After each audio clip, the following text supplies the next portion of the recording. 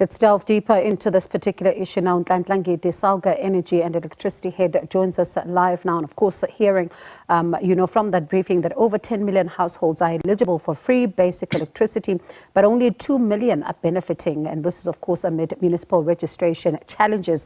Mr. Ngidi, thank you so much for your time this evening. I mean, the rate at which municipalities register the indigents has been raised as an issue. And I wonder if this is the numbers that have been bandied about are correct, and why then is that happening? No, thank you very much, and good evening to you and viewers at home. Thank you for having me.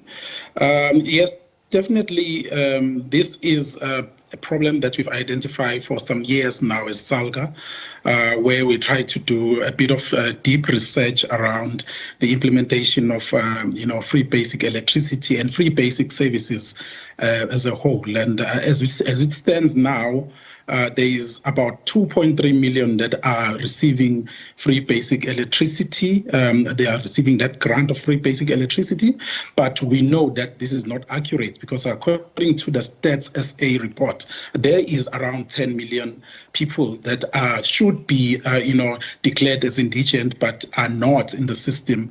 And that's purely because of a few, challenges, around the indigent registration itself, in municipalities, which is not so efficient. I think, we're going to work with the Minister of Energy and Electricity to see if we can find ways to actually develop a data collection method that is actually going to work for the poor.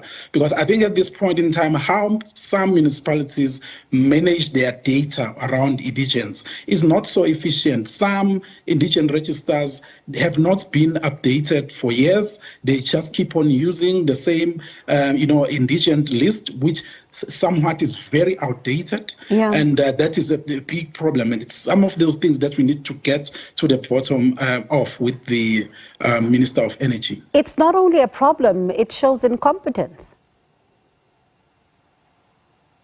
Yes, it does show incompetence, and it's also, a problem that could be also, exacerbated by some communities themselves. Yes, municipalities should be more vigilant of this because there are some community members that register as indigents, and then they get more income or they get work and got more income.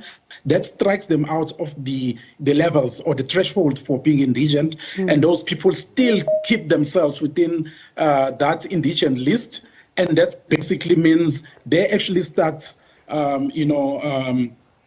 benefiting or continue to benefit while they are out of the threshold for the indigent list, yes. Pardon me, if a person is then able to benefit while they should be out of the list, that is a concern because they're not only doing this on their own, they possibly are colluding with some officials from these particular municipalities. And that in itself is a problem because then it exacerbates the problem and makes it bigger than just about data collection possibly. Definitely, it makes it bigger, and I wouldn't really, distance myself from, your utterances around, some collusions maybe there in the ward, because the collection of information is done from the ward level, and there's a lot of things that happens, there's a lot of stories that come from the ward levels, the grassroots where, people who are indigent are not actually being, given that opportunity to register. And some of the people who maybe are illiterate or cannot read or cannot, do not get the messages around registration for being indigent, they actually are left behind. The people who should really be getting these benefits of free basic services, they are not getting them. And, at ward level where you've got ward councillors who are supposed to be assisting, the municipality and the communities to get the actual people who should be benefiting on free basic services, you find that this doesn't happen. I agree 100% with you.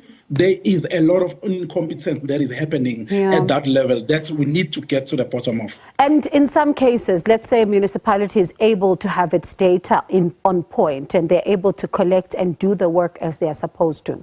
But then you have some of the residents who are simply not paying, or even businesses who are not paying for the services that, they're getting from the municipalities. Reading, for example, that municipalities are owed around 349 billion rand by some of these customers as, businesses or individuals.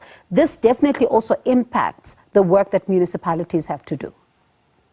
Yes, no, definitely. And, in our research, intensive research that we do, you also find that mostly the people that afford, are the most culprits.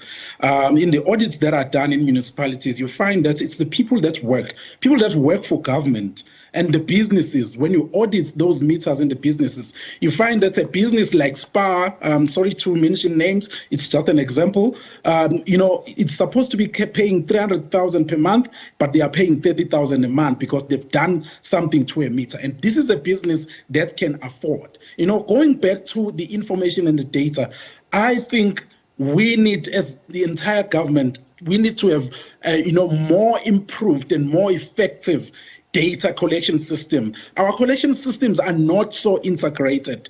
A person who's actually paying tax right now should be able to have their information integrated in everything, in services, what they owe. As Salga, we've been trying to actually reach out to SARS to actually make sure that that person that is paying SARS or is eligible for a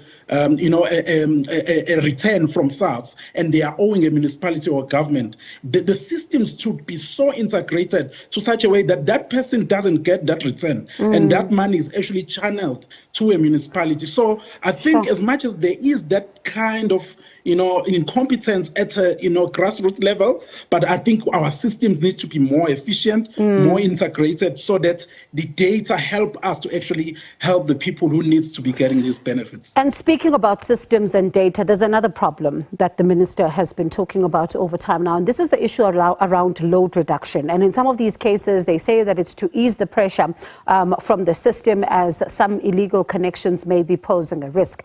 The fact that we still talk about illegal connections, and in some cases we are now prejudicing some of those who are paying for services. This is also another risk that now leaves those who are paying for the services unfortunately not getting the services. How do you work around this particular one?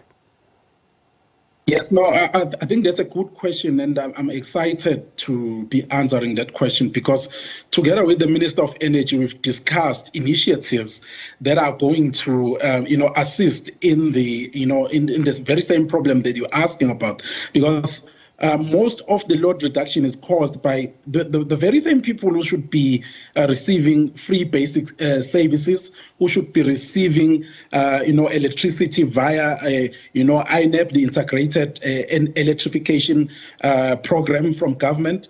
But those people, obviously, they've been connected to the grid, or some have not been connected, and they're starting to actually connect illegally, therefore putting pressure on the grid and the infrastructure. And some of the recommendations that we're making, that we are discussing with the Minister of Electricity and Energy, is that, the programs or the grant programs that are supposed to be connecting people, they need to actually move with the times. We need to actually make sure that we don't put pressure on the grids, and by actually installing, more cleaner energy sources to these people, so that we actually remove them from the grid while giving them, an energy package that is sustainable. So I think this is in motion at the department, where we already started to develop a policy that is going to be, allocating, solar systems to the indigent people, so that they don't actually connect themselves to the infrastructure and put pressure in the infrastructure, leading to the load reduction. So that is going to be, rolling out of that program, where we're going to be giving people more sustainable energy packages that are not necessarily connecting to the grid, but are sustainable enough to give you everything. So those ones, when we roll them out aggressively, they're actually going to ease that pressure on the load reduction. transportation and the infrastructure as well. All right, quite a lot of work lies ahead for you then, but let's get an update when you've begun this particular rollout. Do appreciate your time this evening. That was Nhlanhla Ngidi, Salga Energy and Electricity Head.